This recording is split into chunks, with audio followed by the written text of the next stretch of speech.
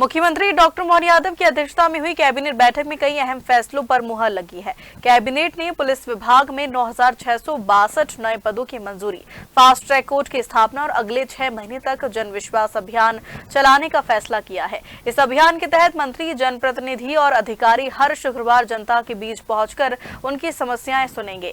Cabinet मंत्री राकेश सिंह ने कहा कि जन विश्वास अभियान में सीएम हेल्पलाइन, लोक सेवा गारंटी, आयुष्मान योजना, जल जीवन मिशन, आंगनबाड़ी, खाद बीज से संबंधित विषयों और अन्य मामलों पर फोकस किया जाएगा।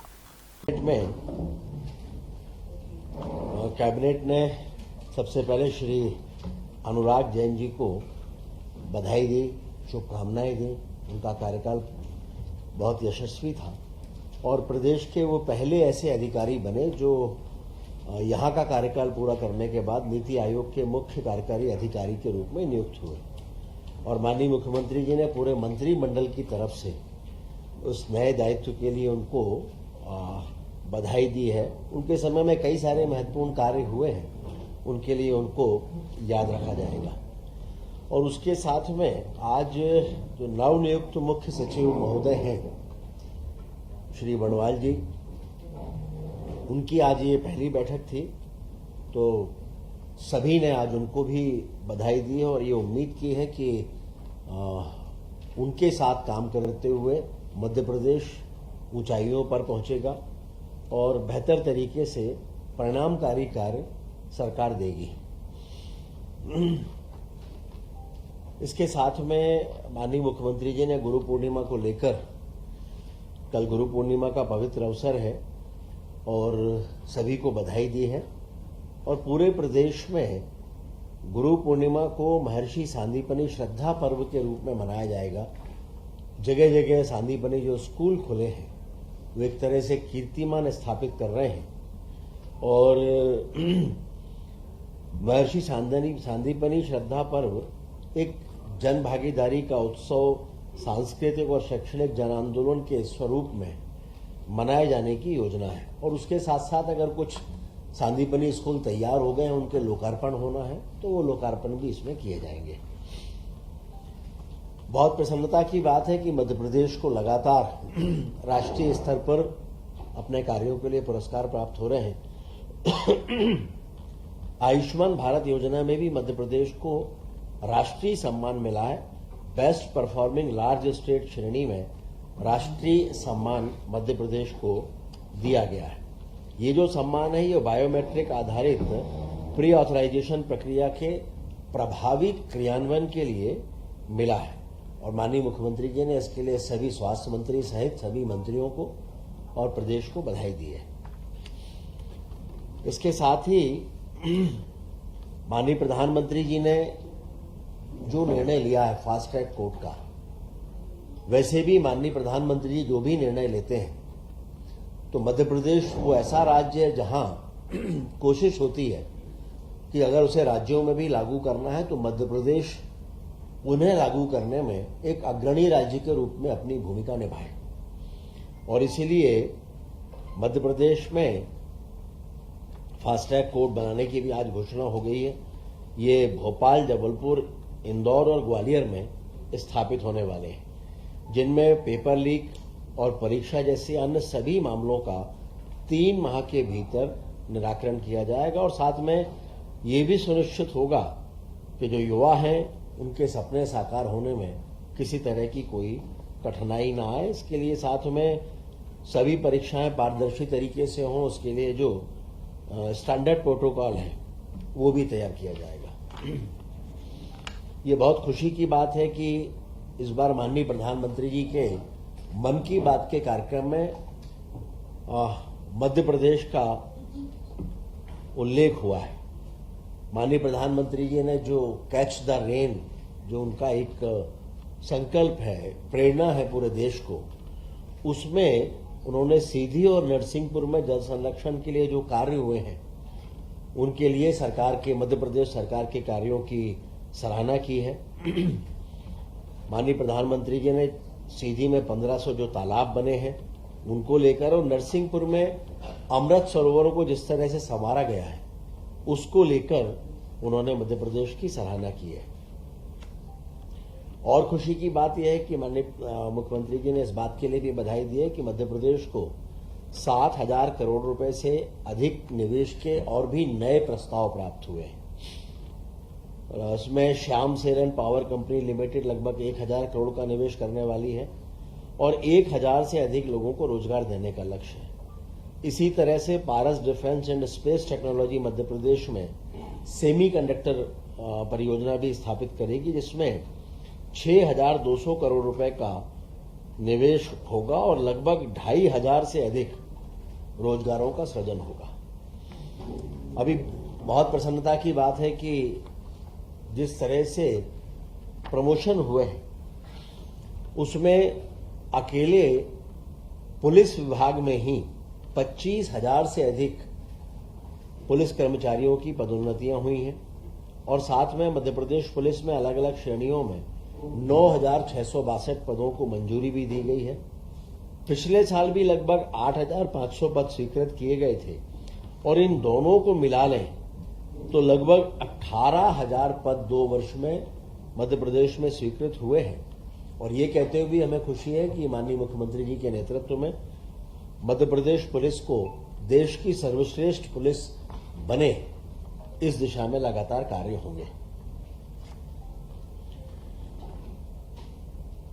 हमें ये बताते हुए भी खुशी है कि महिला एशियन हॉकी चैंपियंस ट्रॉफी 2026 का आयोजन भी भोपाल में अक्टूबर-नवंबर में होने जा रहा है।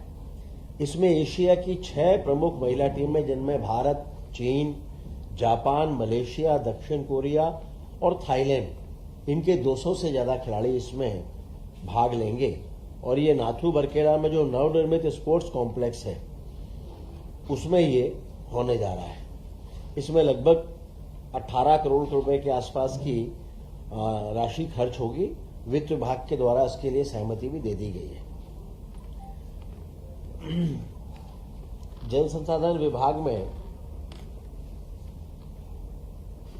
1 अप्रैल 2025 से 31 मार्च 2031 तक की जो योजनाएं हैं उनकी निरंतरता के लिए भी स्वीकृति प्रदान की गई है और इसमें रेहंद माइक्रो परियोजना के लिए आगामी 5 सालों के लिए 111 करोड़ रुपए की लगभग राशि का भी प्रावधान किया गया है।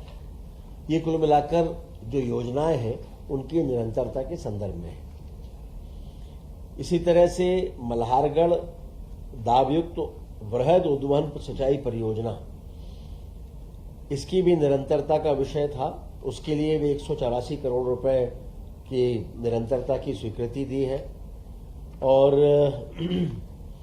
विज्ञान और प्रौद्योगिकी विभाग में जो नई टेक्निक है इनके लिए एमपीएससी और अन्य संस्थाओं को सहायता योजना जो उनकी निरंतरता है उसके संदर्भ में भी आज स्वीकृति प्रदान की गई है। ये 110 करोड़ रुपए की होगी।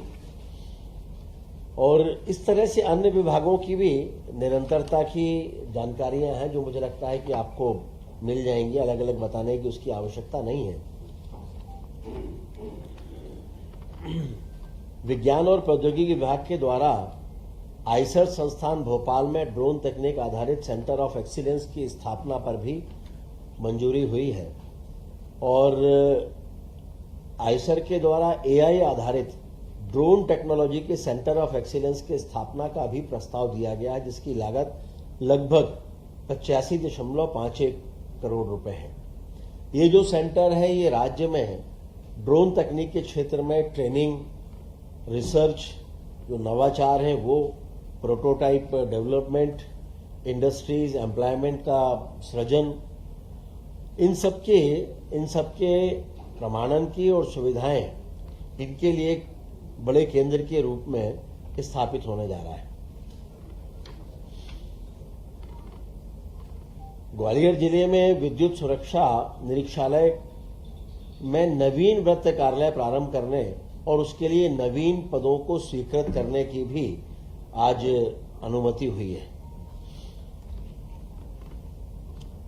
विधि और विधायी कार्य विभाग के द्वारा नारायणगंज जिला मंदसौर में अतिरिक्त सत्र न्यायाधीश के नवीन पद की नियुक्ति का भी आज प्रस्ताव है।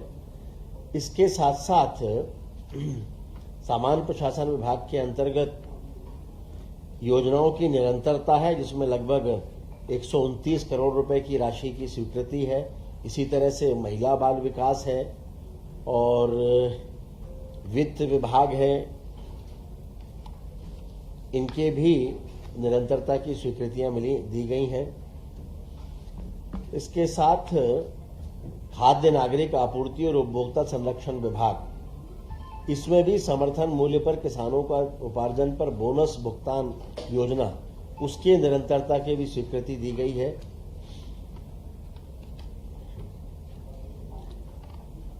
खाद्य नागरिक आपूर्ति और उपभोक्ता संरक्षण विभाग में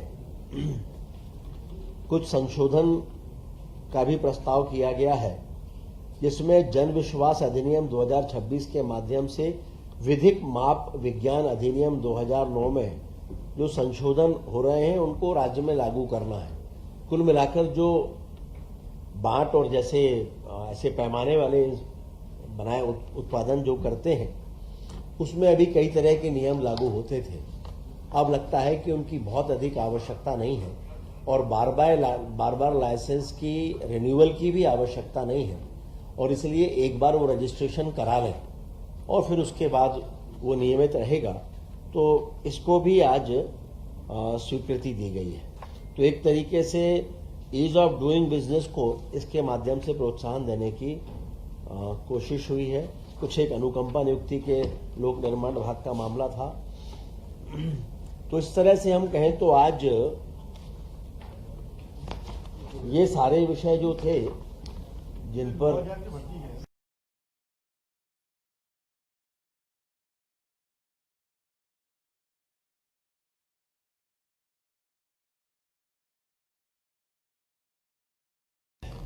जन विश्वास अभियान की शुरुआत हो रही है मध्य प्रदेश में। ये प्रत्येक शुक्रवार को ये अभियान चलेगा। एक तरीके से कई योजनाओं का सीधे तौर पर नीचे के स्तर पर मॉनिटरिंग, उसके लिए जनप्रतिनिधि यानी माननीय मुख्यमंत्री जी के नेतृत्व में सभी जनप्रतिनिधि, मंत्री, विधायक, ये सब तो नीचे जाएंगे ही, लेकिन अधिकारियों की पूरी टीम भी शुक्रवार के दिन कोई बैठक आयोजित नहीं होगी। शुक्रवार के दिन कोई नहीं, ये निर्धारित होगी, सरप्राइज नहीं होगी। इसमें सभी रहेंगे, ऊपर से लेकर नीचे तक, और कलेक्टर्स भी सब नीचे जाने वाले हैं।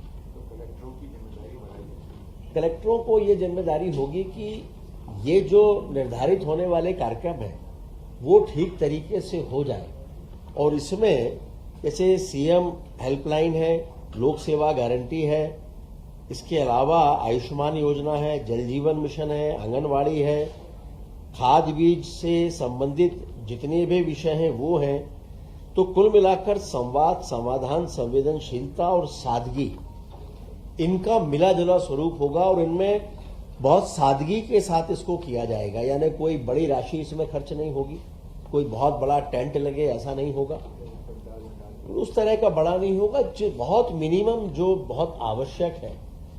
और मंत्रियों के स्तर पर भी कोशिश यह है कि पहले वो अपने प्रभार के क्षेत्रों में ही इसको लेकर जाएं। अपने क्षेत्र में भी आ सकते हैं, लेकिन प्राथमिकता प्रभार के जिलों को देंगे। तो एक तरह से पूरी सरकार ही प्रत्येक शुक्रवार को नीचे जमीन पर होगी।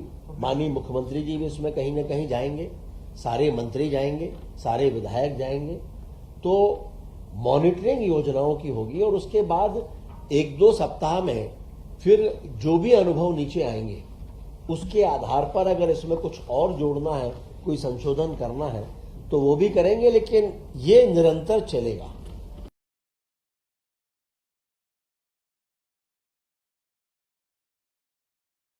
वैसे तो देखिए, पंचायतें ग्रामीण क्षेत्र में इकाई होंगी और शहर में वार्ड इकाई होगी इसकी। तो हर बार अलग अलग उसका चयन होगा, और अलग अलग वार्डों के चयन के आधार पर वार्ड के स्तर पर और ग्रामीण क्षेत्रों में पंचायतों के स्तर पर